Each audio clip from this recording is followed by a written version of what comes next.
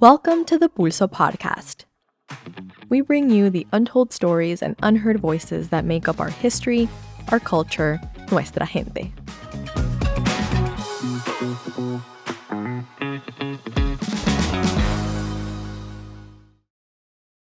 Landenau is a sleepy little town in southern Texas, about 200 miles from the Mexican border. It's the kind of town with a post office, a general store, and not much else. When he was born in 1935, there were less than 60 people living there. Needless to say, Roy had a humble upbringing. His father, a Mexican farmer, and his mother, a Yaqui Indian, they both passed away by the time Roy was 5. And after they died, Roy and his brother went to live with his aunt, uncle, and their cousins in El Campo, Texas. There he had the love of family, yes, but life was hard for them. As Mexican Americans, they faced racism and segregation in the mostly white town. White folks would sometimes throw quarters on the street and laugh at the children fighting over them. Roy and his siblings, well, they would work in the fields from sunrise to sunset, living in shacks with little to eat. He was tired of living this way. He knew he had to get out. Eventually, he did find his way by enlisting in the Texas Army National Guard in 1952 during the Korean War. By 1965, the Cold War was in full fury, and the conflict in Vietnam was escalating. As America's involvement intensified, so did Roy's responsibilities. By then, he had become a Special Forces Green Beret and was sent as an advisor to assist the struggling Vietnamese army. While on patrol deep in the jungles of southern Vietnam one night, Roy took a step that would change his life. He stepped on a landmine. It exploded, paralyzing him from the waist down.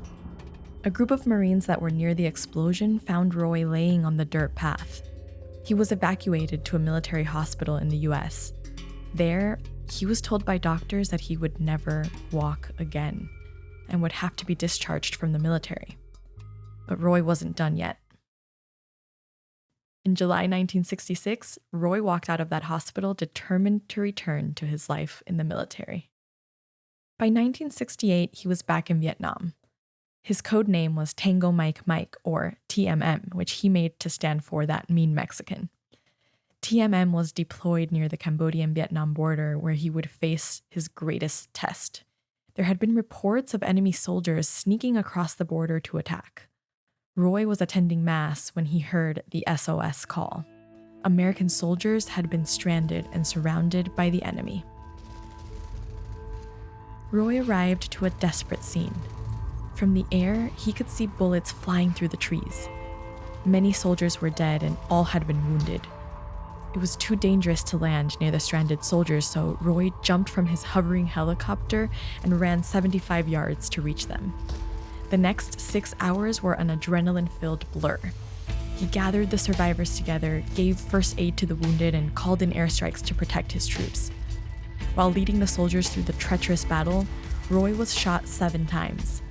When the rescue helicopter finally arrived, he made sure his fellow soldiers were safely on board before allowing them to pull his own horribly wounded body into the chopper. Then he collapsed. Back at the base, doctors found Roy unconscious and thought he had died, so they laid him with the other fallen soldiers. And I could hear the zipper coming up, and oh my God, I was wiggling in my own blood. The only thing I could do was spit in the doctor's face to let show a sign that I was still alive. When his superiors learned of his heroic actions, they recommended him for the Medal of Honor, the military's highest award. But because his battle took place outside of Vietnam and the US wouldn't admit to its military operations in Cambodia, the request was secretly buried. Roy left the army in 1976 and returned to Texas.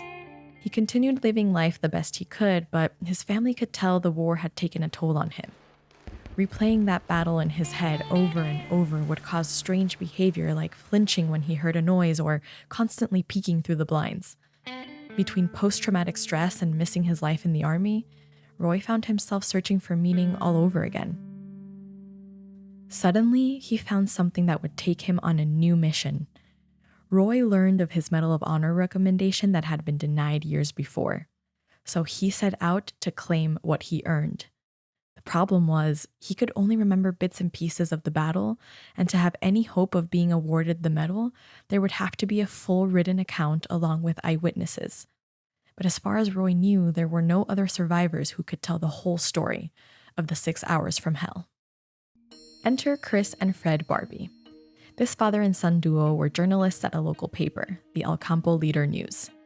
The Barbies met Roy and became obsessed with his story, and they wanted to help him find answers. So they wrote a story about Roy's mission for the medal as a final effort to get him this award. That article made it all the way to Australia, where it reached Brian O'Connor, the radio man who made that desperate SOS call back in Vietnam. Turns out, Brian was so damaged by the war, he had been living as a recluse in Fiji, and while traveling, he found the Barbie duo's article about Roy in an Australian newspaper. After reading the long struggle for the Medal of Honor, they finally connected over the phone, talking and crying for hours, reawakening memories from that painful day. Soon after that call, Brian flew to Washington, D.C. and submitted a 10-page report detailing the 6 hours from hell. Mr. President, Master Sergeant Benavidez, and distinguished guests, welcome to the Pentagon. 13 long years after the battle, on February 24th, 1981, President Ronald Reagan presented Master Sergeant Roy P. Benavidez with the Medal of Honor. Reagan turned to the press and said, "If the story of his heroism were a movie script, you would not believe it." Even though he was now a national hero, some people back home in Texas felt Roy didn't deserve the medal. The discrimination that existed during Roy's childhood was still alive in El Campo. Roy's brother said it best.